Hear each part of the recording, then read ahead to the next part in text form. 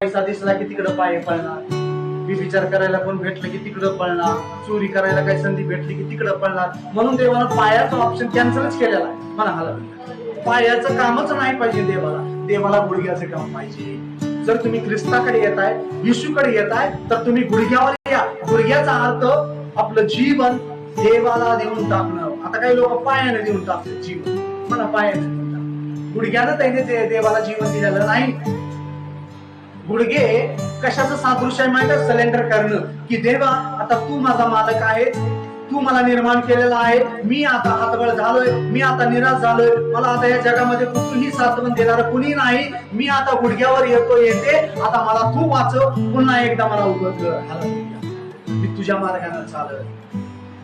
त्याला म्हणतात गुडघ्यावर येणं. आता जो व्यक्ती गुडघ्यावर येत नाही त्याला जगातले मित्र सुटत नाही, जगातल्या मैत्रिणी सुटत नाहीत, जगातल्या सवयी सुटत नाहीत, जगातले पाप सुटत नाहीत. जो पण तुम्ही गुडघ्यावर येत नाही तोपर्यंत देव तुम्हाला आशीर्वादित करणार नाही. एक वचन वाचा, फिलिप्पियरास पत्र 2:10 ते 11 वाचा. गुडघ्यावर यायचं आपण.